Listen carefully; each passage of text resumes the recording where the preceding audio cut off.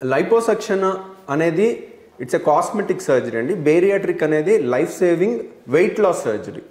So weight loss surgery అంటే ఏంటంటే బరువు తగ్గటానికి కావాల్సింది మనకి మన బాడీలో కొన్ని హార్మోన్స్ ఉంటాయండి. మన weight is under the control of those hormones.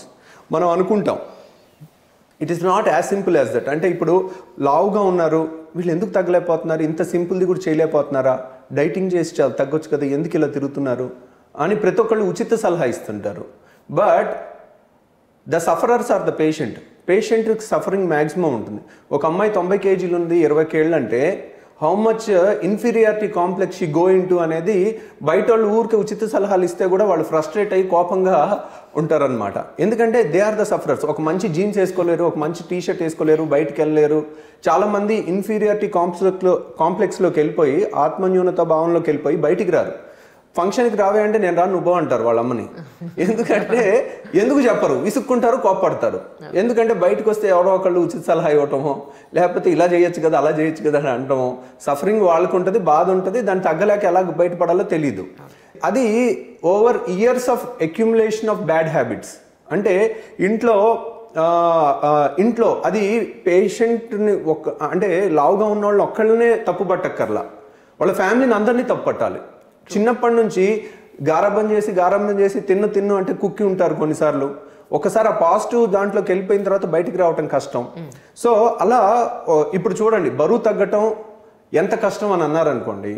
అవును, డైట్ చేస్తే ఎక్సర్సైజ్ చేస్తే బరువు తగ్గరా? ఎందుకు తగ్గరు?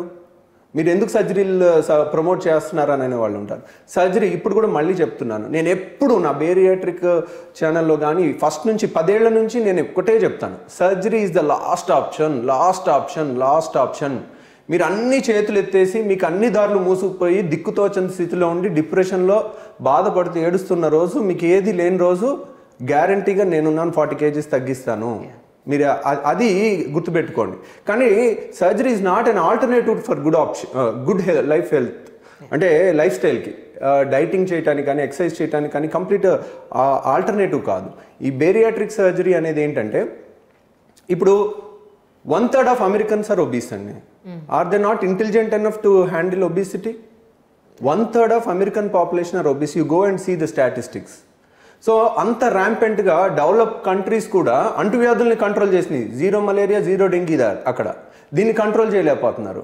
సో చాలామంది ఉచిత సలహా ఇచ్చేస్తుంటారు, ఇది కూడా చేయలేవా అని. బరువు తగ్గటం అనేది it is possible by diet and exercise. ఇప్పుడు కష్టపడి ఇంటర్మీడియట్లో చదివితే MBBS సీట్ వస్తుందా, IIT సీట్ వస్తుందా అంటే కష్టపడితే వస్తుంది, దాంట్లో డౌట్ ఏం లేదు. కానీ 18 లక్షలు కష్టపడితే, పోనీ 18 లక్షలు కష్టపడలేదు, 18 లక్షల మంది నీట్ ఎగ్జామ్ రాశారు, దాంట్లో 9 లక్షలన్నా బాగా కష్టపడి ఉంటారు, రోజుకు 10 గంటలు చదివి ఉంటారు. సో మరి వాళ్ళకి రాలేదే, కష్టపడి రానోళ్ళే ఎక్కువ ఉంటారు. అవును. సో మీరు కష్టపడి సీట్ వచ్చిన వాళ్ళకన్నా కష్టపడి రానోళ్ళే ఎక్కువ ఉంటారు. సో IIT కానీ ఏ కాంపిటేటివ్ ఎగ్జామ్ అన్నా తీసుకోండి. ఎందుకంటే మీరు 5 గంటలు చదివేది 10 గంటలు చదువుతారు, 20 గంటలు చదువుతారు. నెంబర్ ఆఫ్ సీట్లు పెరుగుతాయా? పెరగవు.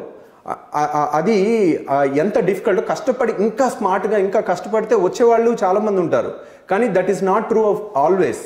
ఎందుకని? అక్కడ చదువు మీదే ఒక్కదాని మీదే ఉండదు, కష్టం మీద ఒక్కదాని మీదే ఉండదు. మీకు ఇంటెలిజెన్స్ తక్కువ ఉంటే కష్టపడినా రాకపోవచ్చు, మీకు మంచి టీచర్ లేకపోతే రాకపోవచ్చు, మీకు మంచి ఫ్యామిలీ సపోర్ట్ లేకపోతే రాకపోవచ్చు, మీకు ఎంకరేజ్మెంట్ లేకపోతే రాకపోవచ్చు, ఇంట్లో ఫ్యామిలీ ప్రాబ్లమ్స్ ఉంటే రాకపోవచ్చు, హెల్త్ బాగాలేకపోతే రాకపోవచ్చు.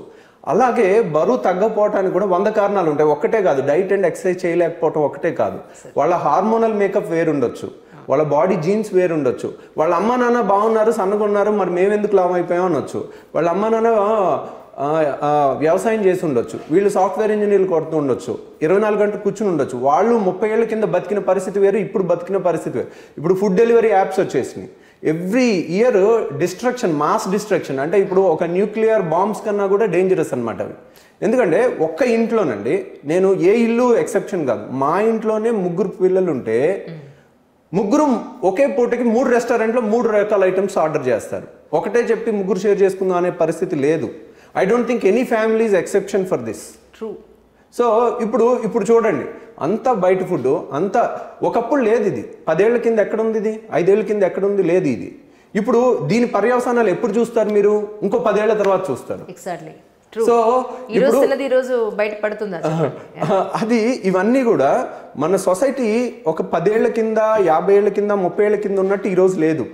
ఆ జీన్సే ఉన్నప్పటికీ కూడా వాళ్ళ ఒబీస్ జీన్స్ ఉండొచ్చు వాళ్ళ బాడీలో, కానీ వాళ్ళు కాయ కష్టం చేసి బతికారు కాబట్టి వాళ్ళ అమ్మ నాన్నలు సన్నగున్నారు. వీళ్ళు ఉదయం నుంచి సాయంత్రం వరకు 9th క్లాస్ పిల్లల్ని చూడండి, ఉదయం 7ంటికి వెళ్తే రాత్రి 7ంటి వరకు జైల్లో ఉన్నట్టు ఉంటారు. ఇంకా వాళ్ళకి ఆడుకోవడానికి స్కోపే లేదు, ఏమీ లేదు. ప్లస్ స్ట్రెస్ ఖచ్చితంగా మనం ఎప్పుడన్నా చూడండి, స్ట్రెస్ అనేది ఎప్పుడు కూడా బరువు హార్మోన్ని ఉత్పత్తి చేస్తుంది.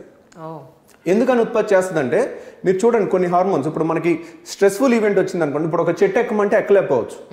అదే మన కళ్ళ ముందు ఒక పులి వచ్చింది అనుకోండి, టక్కన ఎక్కేస్తాం, ఎలా ఎక్కుతామో కూడా తెలియదు.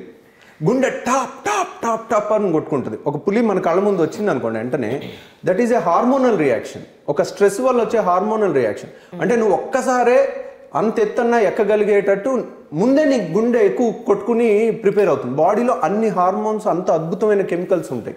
వాటన్నిటినీ ఓన్లీ మనోబలంతోనే జయించవచ్చు, కాదన్ను అన్నిసార్లు అవ్వకపోవచ్చు.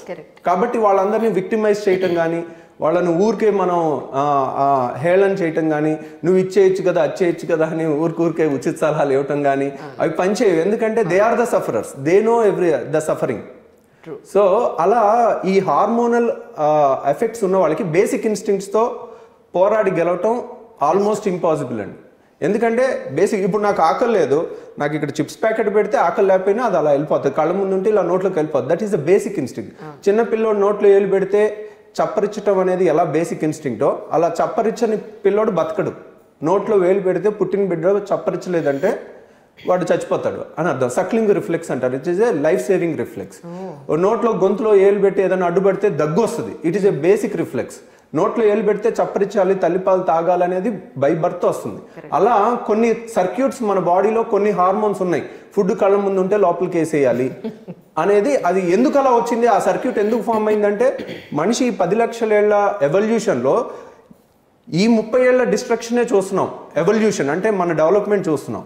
అంతకుముందు ఈ పూట తింటే మళ్ళీ పూట దొరుకుద్దో లేదో, అందుకని కనపడినప్పుడల్లా గబా గబా గబా తినేయాలనే రిఫ్లెక్స్ మన బాడీలో తయారైంది. సో అది ఇప్పుడు అవసరం లేకపోయినా ఆ రిఫ్లెక్స్ అలా ఉండిపోయింది. సో ఎప్పుడు ఫుడ్ ఉంటుంది, ప్రతి పూట మనకు కావాల్సింది ఉంటుంది, అందువల్ల పెరిగిపోయారు. ఆ హార్మోన్స్ని మార్చడం అనేది బేరియాట్రిక్లో జరుగుతుంది.